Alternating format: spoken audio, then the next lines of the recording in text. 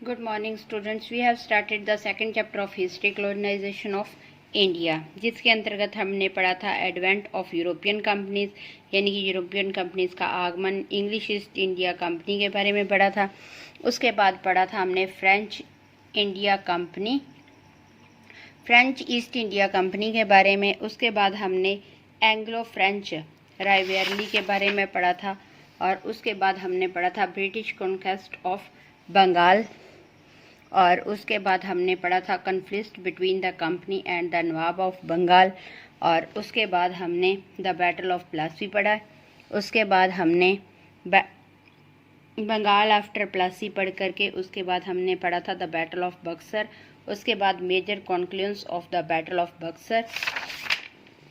तो अब हम पढ़ेंगे ग्रोथ ऑफ ब्रिटिश इन्फ्लुएंस, कि ब्रिटिश का जो प्रभाव था वो किस तरह से बढ़ा।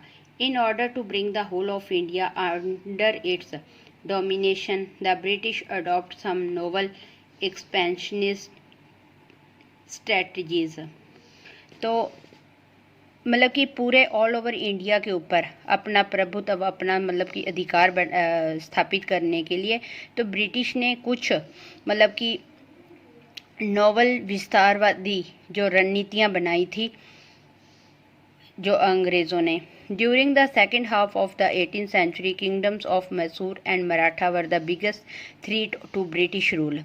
जब 18वीं शताब्दी के मतलब हाफ से आगे 1750 के बाद की जो टाइम पीरियड था, उसके अंदर जो मैसूर और मराठा किंगडम्स थे उनका मतलब बहुत बड़ा जो है मतलब खतरा था ब्रिटिश रूल को उसका। The company launched wars against both, तो कंपनी ने उन दोनों के खिलाफ कुछ युद्ध भी लॉन्च किए थे। अब हम पढ़ेंगे मैसूर के बारे में। Mysore emerged as a powerful state under the outstanding leadership of Haider Ali and his son Tipu Sultan. जो मैसूर था वो उभरा था एक शक्तिशाली स्टेट के रूप में, किसकी लीडरशिप में, यानी कि आउटस्टैंडिंग लीडरशिप किसकी, हैदर अली की, और उसका जो बेटा था टीपू सुल्तान उसकी। Mysore controlled the profitable spice trade of the Malabar coast. जो मैसूर मतलब कि राज्य था उसने कंट्रोल कर लिया जो स्पाइस ट्रेड, मसालों का व्यापार होता था, लाभदायक जो मसालों का व्यापार होता था मालाबार कोस्ट पर। In 1785 Tipu Sultan stop the export of sandalwood, pepper and cardamom through the ports of his kingdom and prohibited local merchants from trading with the company.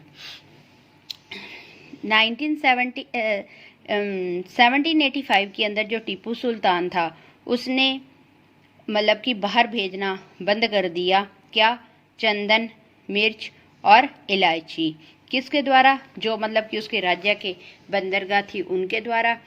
And prohibited local merchant from trading with the company, और जो local व्यापारी थे जो व्यापार करते थे company के साथ उनको भी रोक दिया। Tipu Sultan established friendly relationship with the French in India and modernised his army with their assistance.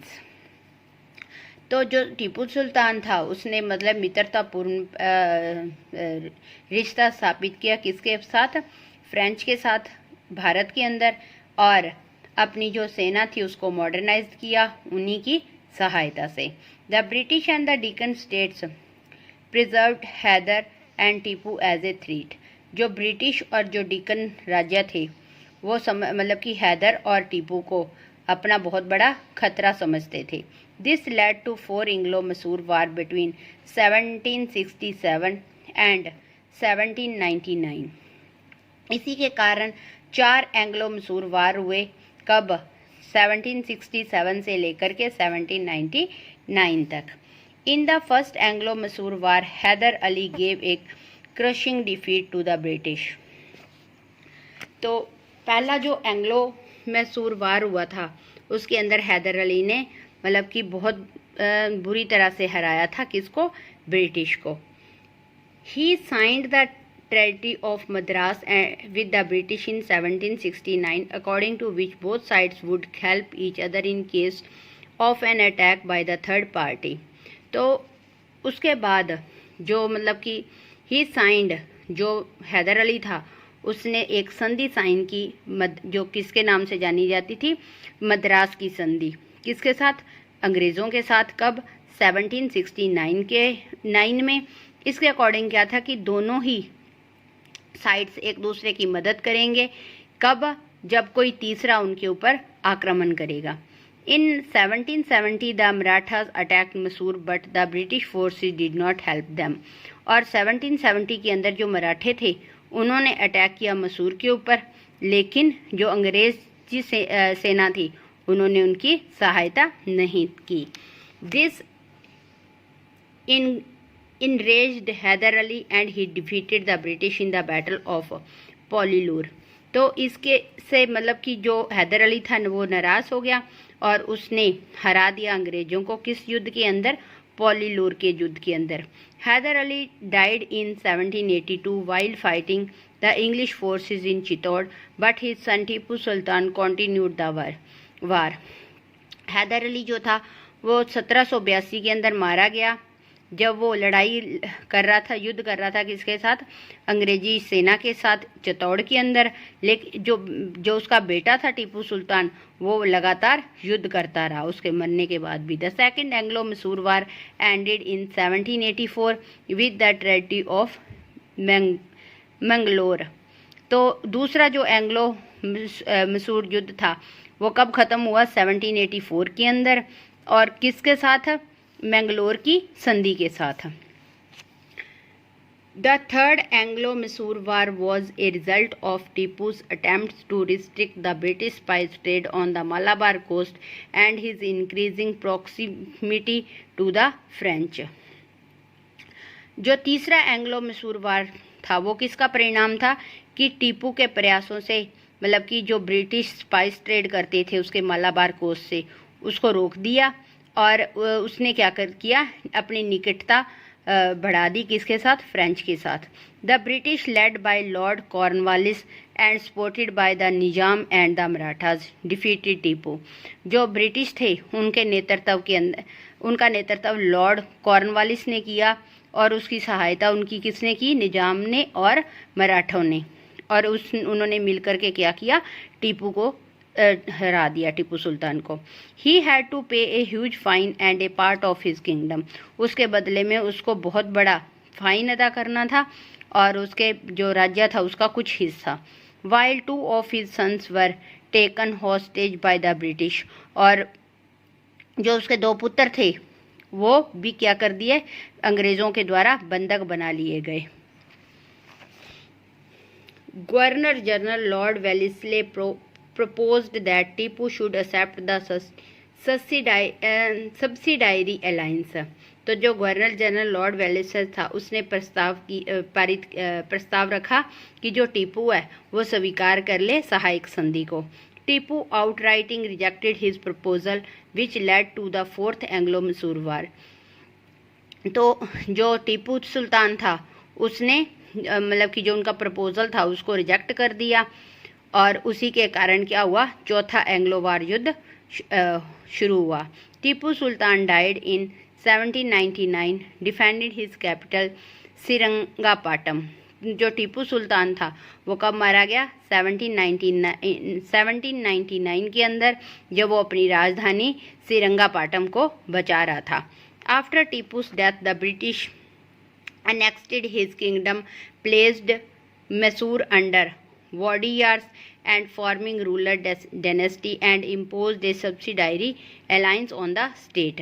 और टीपू सुल्तान की मृत्यु के बाद जो ब्रिटिश थे उन्होंने मतलब कि जो उसका राज्य था उसको अपने साथ मिला लिया और जो मैसूर था वो किसके अंडर कर दिया? वाडियार जो मतलब कि भूतपूर्वक जो रूलिंग वंश थे वहाँ पे उनको दे दिया।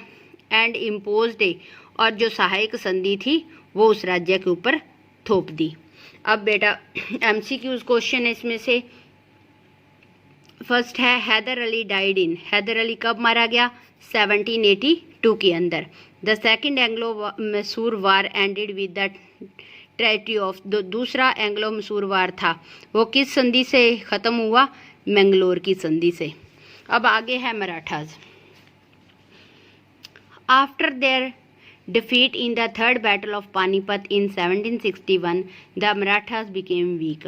जब तीसरा जो पानीपत का युद्ध था उसके अंदर वो हार गए, कब? 1761 के अंदर। तो मराठा क्या हो गए? कमज़ोर हो गए। There emerged different seats of Maratha power under different dynasties such as Gaekwads, Holkars, Bonsales and Scindias। तो उन्होंने मतलब कि जो कुछ जो मतलब कि जो सीटें थी मराठा पावर की, वो अलग अलग वंशों के साथ मतलब कि वहाँ पे अलग अलग वंश उभर करके आए, जैसे गैकवर्ड्स था, होलकर्स था, बोंसेल से सिंधियास थे।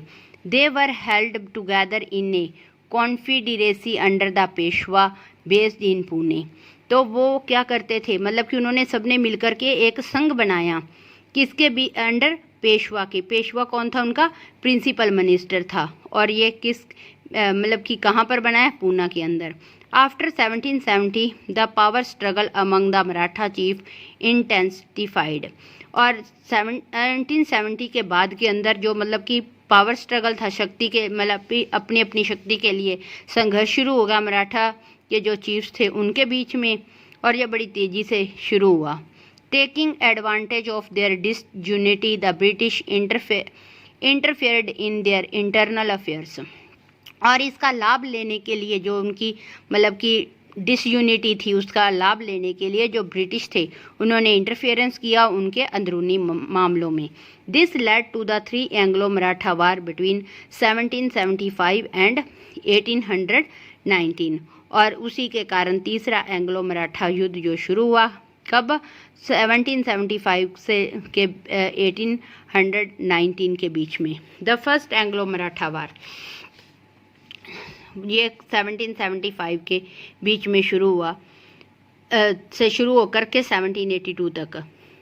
Broke out the issue of succession to the throne of the Peshwa. यानी कि जो पहला एंग्लो मराठा वार शुरू हुआ था वो किस इशू को लेकर के, किस मुद्दे को लेकर के शुरू हुआ था? यानी कि उत्तराधिकारी को लेकर के, कि पेशवा का जो पद है उसके उत्तराधिकारी को लेकर के। The clash involved Madhavrao second supported by Maratha chiefs under the leadership of Nana Phadnavis on the one hand and Raghunath Rao supported by the British on the other. अलग ये मतलब कि ये जो संघर्ष था वो किसके बीच में था? माधवराव सेकंड जो उसको कौन सपोर्ट कर रहा था? मराठा के जो चीफ थे। और किसकी लीडरशिप में? नाना फडनीस के लीडरशिप में। एक तरफ तो यानी कि जो माधवराव सेकंड था उसकी सपोर्ट में मराठा चीफ नाना फडनीस के नेतृत्व में उसके पीछे थे, और दूसरी तरफ जो रघुनाथ राव था उसकी सपोर्ट कौन कर रहे थे? ब्रिटिश कर रहे थे। The United Maratha chiefs defeated the British forces. और जो मराठा चीफ जो मतलब मिलकर के उन्होंने क्या किया? जो ब्रिटिश की फोर्स थी उसको हरा दिया। However the British forces captured Ahmedabad and Gwalior. हालांकि जो ब्रिटिश फोर्स था उसने किस पर अधिकार कर लिया? अहमदाबाद और ग्वालियर पर। In 1782 peace was concluded by the treaty of Salbai. और 1782 के अंदर मतलब शांति स्थापित करने मतलब एक निष्कर्ष निकाला गया कि सालाबाई की संधि हुई। The British recognize Madhavrao second as the Peshwa. तो ब्रिटिश ने स्वीकृत किया माधवराव सेकंड को एक पेशवा के रूप में, यानी कि प्रिंसिपल मिनिस्टर के रूप में। अब है द सेकंड एंग्लो मराठा वार। ये 1803 से लेकर के 1805 तक चला। Happened because the British under Lord Wellesley tried to impose a subsidiary alliance on the Scindias and Bonsales। तो ये दूसरा जो एंग्लो मराठा वार शुरू हुआ था, ये क्यों हुआ था? क्योंकि जो अंग्रेज थे लॉर्ड वेलेस्ले के नेतृत्व के अंदर वो मतलब कि उनकी कोशिश वो थोपना चाहते थे सहायक संधि किसके ऊपर? सिंधियाज और बंसेल्स के ऊपर। दे resisted and declared A war on the British. उन्होंने मतलब कि विरोध किया और युद्ध डिक्लेयर कर दिया किसके ऊपर? ब्रिटिश के ऊपर। They were eventually defeated and had to accept the subsidiary alliance alliance as well as part with the territories of Ahmednagar and Bharuch. हालांकि वो हार गए और उनको एक्सेप्ट करनी पड़ी सहायक संधि, और साथ ही साथ मतलब कि उनकी जो प्रदेश थे उनके कुछ हिस्सा जैसे अहमदनगर और बरोच देना पड़ा। The British also attacked the Holkar ruler of Indore, और जो ब्रिटिश थे उन्होंने होलकर जो शासक था इंदौर का, उसके ऊपर भी अटैक किया। But the war did not lead to a decisive result as lord Wellesley was recalled to England. हालांकि उसका युद्ध का कोई निर्णायक मतलब कि रिजल्ट नहीं आया, कोई भी निर्णय नहीं हुआ था, क्योंकि लॉर्ड जो वेल्लेस्ले था उसको इंग्लैंड बुला लिया गया था। And peace was concluded with the Holkars, और जो शांति थी वो मतलब कि हॉलकर्स के साथ स्थापित कर दी, यानी कि शांति, इसका जो निष्कर्ष था वो शांति पीस ही निकला है।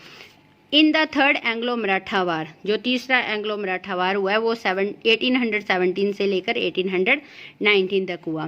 Peshwa Bajirao second try to unite the Maratha chiefs, जो पेशवा बाजीराव सेकंड था उन्होंने कोशिश की जोड़ने की जो मराठा चीफ थे अगेंस्ट द ब्रिटिश, अंग्रेजों के खिलाफ। हाउएवर मराठा फोर्सेस लॉस्ट, हालांकि जो मराठा की फोर्स थे वो ख़त्म हो गई। The office of the Peshwa was abolished, तो जो मतलब कि ऑफिस था पेशवा का वो समाप्त कर दिया गया। Bajirao second was deposed and pensioned off to Bithoor near Kanpur, और जो बाजीराव सेकंड था उसको निकाल दिया गया और उसकी पेंशन भी बंद कर दी और उसको बिथुर कानपुर के नज़दीक भेज दिया। All his kingdom as well as territories of other Maratha chiefs were annexed by the British, और जो मतलब कि सारा जो राज्य किंगडम था और जो भी प्रदेश थे दूसरे मराठा चीफ्स के, वो सारे मतलब इकट्ठे कर लिए गए, किसके द्वारा? ब्रिटिश के द्वारा। And they were not allowed to maintain an army, और उनको इजाज़त नहीं थी कि वो जो आर्मी है उसको मेंटेन कर सकें। तो बेटा इतना चैप्टर हमने रीड किया, इसको ध्यान से आप रीड करना और समझ लेना। थैंक्स।